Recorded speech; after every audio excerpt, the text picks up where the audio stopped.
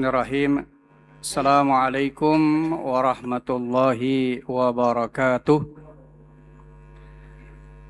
Innal hamdalillah wassalatu wassalamu ala Rasulillah sayyidina wa maulana Muhammad ibn Abdullah wa ala alihi wa sahbihi wa mawalah la haula wa la quwwata illa billah amma ba'd. Hadirin hadirat jamaah salat zuhur Masjid Jami' Al-Ihsan yang dirahmati Allah. Sejenak mari sama-sama kita manfaatkan waktu kita selesai salat zuhur untuk mengkaji kitab At-Tadhkirah fi Ahwalil Mauta wa Umuril Akhirah, kitab yang berisi tentang hal ehwal kematian dan juga perkara-perkara akhirat karangan Imam Al-Qurtubi. Pada kesempatan siang hari ini kita akan membahas bab talqinul mayyit la ilaha illallah. Bab yang menjelaskan tentang mentalkin, membimbing orang yang akan meninggal dunia untuk mengucapkan kalimat la ilaha illallah. Jemaah sekalian, Rasulullah Shallallahu Alaihi Wasallam bersabda, "Idza tadaral mayyitu falakkinuhu la ilaha illallah." Ketika ada orang yang akan meninggal dunia, maka talkinlah mereka, bimbinglah mereka untuk mengucapkan kalimat la ilaha illallah. Fa innahu ma min abdin yakhtumullahu biha inda mautihi illa kanat zadahu ilal jannah. Karena apa? Karena tidaklah seseorang yang mengakhiri hidupnya dengan mengucapkan kalimat la ilaha illallah, kalimat itu menjadi bekal dia masuk ke surga. Dalam redaksi yang lain, Rasulullah mengatakan, "Man kana akhiru kalamihi la ilaha illallah dakhalal jannah." Siapa orang yang akhir hidupnya mengucapkan kalimat la ilaha illallah, maka orang tersebut akan masuk surga. Sahabat Umar ibnul Khattab pun mengatakan, "Wahduru mautakum," hadirilah, datangilah, temanilah orang yang akan meninggal dunia, walakkinuhum, dan talkinlah, bimbinglah mereka untuk mengucapkan la ilaha illallah, wadzakiruhum, dan ingatkan mereka. Fa innahum yarawna ma la tarawun, karena sesungguhnya mereka orang yang akan meninggal dunia bisa melihat sesuatu yang kalian tidak lihat. Sebagaimana pernah kita bahas dalam bahasan sebelumnya, orang yang akan meninggal dunia dibuka penglihatannya oleh Allah Subhanahu wa Ta'ala. Yang tadinya tidak terlihat diperlihatkan oleh Allah Subhanahu wa Ta'ala. Sebagaimana yang Allah firmankan dalam surat Qaf, "Fakashafna ghita'aka fabasarukal yawma hadid." Kami singkap penglihatan mereka pada hari itu, dan penglihatan mereka amat sangat tajam. Jadi mereka bisa melihat setan, bisa melihat malaikat, dan juga akan diperlihatkan oleh Allah masa depan mereka di akhirat. Dan ketika orang akan meninggal dunia, setan akan menggodanya. Sebagaimana juga pernah kita bahas di bahasan sebelumnya, setan akan mencoba menggoda orang yang akan meninggal dunia, karena ini kesempatan terakhir bagi setan untuk menggoda manusia, di mana setan akan menyamar sebagai ayah, ibu, atau kerabat dari orang yang akan meninggal dunia. Mereka berusaha agar orang itu mati dalam keadaan Yahudi ataupun Nasrani. Karena itu orang yang akan meninggal dunia perlu pendampingan, perlu untuk ditalkin mengucapkan kalimat la ilaha illallah. Siapapun pada kondisi akan meninggal dunia akan menjadi bingung. Ya, siapapun itu, termasuk para ulama, orang biasa akan bingung. Ya, terlebih digambarkan di dalam kitab ini, ketika seseorang melihat malaikat maut, itu sakitnya lebih daripada 1000 sabetan pedang. Jangankan 1000, 1 kali sabetan aja udah sakit. Itu yang dialami oleh orang yang akan meninggal dunia. Karena itu perlu untuk dibimbing, ditalkin mengucapkan kalimat la ilaha illallah. Adapun teknisnya gimana? menalkin orang yang akan meninggal dunia, kata para ulama, cukup ketika mereka sudah mengucapkan kalimat la ilaha illallah, cukup sudah. Tidak perlu untuk diulang-diulang, karena ada kita melihat orang ketika menalkin orang yang akan meninggal dunia itu seperti dikejar-kejar. Ayo bapak ucapin lagi, ayo ibu ucapin lagi, la ilaha illallah terus. Justru para ulama memakruhkan hal yang demikian. Ya, karena apa? Karena hal yang demikian akan menyulitkan orang yang akan meninggal dunia. Bayangkan saja nafasnya aja udah berat.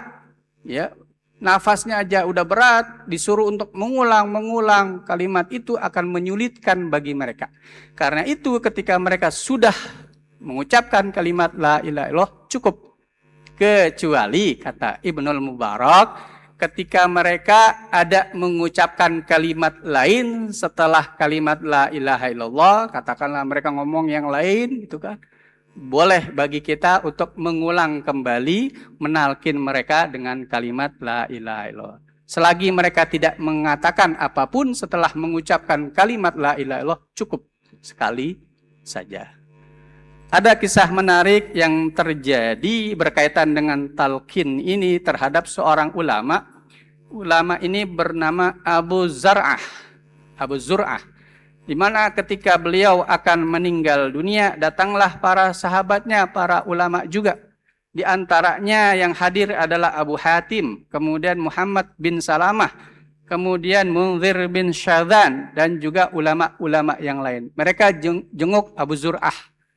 Ya, ketika mereka sudah kumpul di samping Abu Zur'ah yang sudah sakit keras, karena mereka para ulama, mereka pun membacakan hadis tentang talqin. Ya, tapi spesialnya mereka membacakan hadis berikut sanadnya. Sanad itu adalah mata rantai. Ya, jadi kita dengerin perkataan Rasulullah itu nggak langsung dari Rasul kan, melalui ada mata rantai.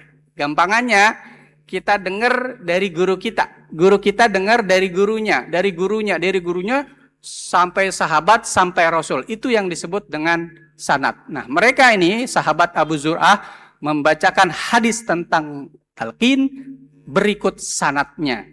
Ketika mereka sudah bergantian membaca hadis berikut sanad hadis tentang talqin, maka giliran Abu Zur'ah di tengah sakitnya, beliau pun mengatakan, faqala Abu Zur'ah, haddatsana Abu Asim an Abdul Hamid, telah meriwayatkan kepada kami Abu Asim dari Abdul Hamid ibnu Ja'far bin Ja'far an Saleh bin Abi Gharib, dari Saleh bin Abi Gharib, an Katsir bin Marrah al-Hadrami, dari Katsir bin Marrah al-Hadrami, an Mu'ad bin Jabal, dari Mu'ad bin Jabal. Nah, ini sahabat Rasul.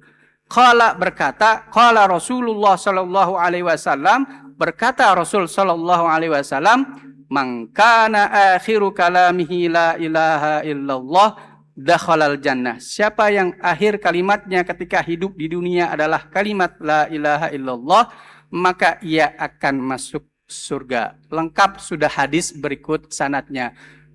Tidak lama setelah Abu Zur'ah membacakan hadis tentang talqin ini, beliau pun menghembuskan nafas terakhirnya. Sebuah akhir yang sangat indah dari seorang ulama. Ya, beliau mengakhiri hidupnya dengan membacakan hadis tentang talqin secara lengkap. Adapun kisah-kisah lain tentang talqin banyak sekali, di antaranya pernah kita bahas pada pertemuan sebelumnya, di mana ada orang ketika ditalqin, dibimbing untuk mengucapkan kalimat la ilaha illallah, yang terucap bukan kalimat itu, malah kalimat 100, 200. Mungkin bahasa kitanya itu 1 juta, 2 juta, 3 juta.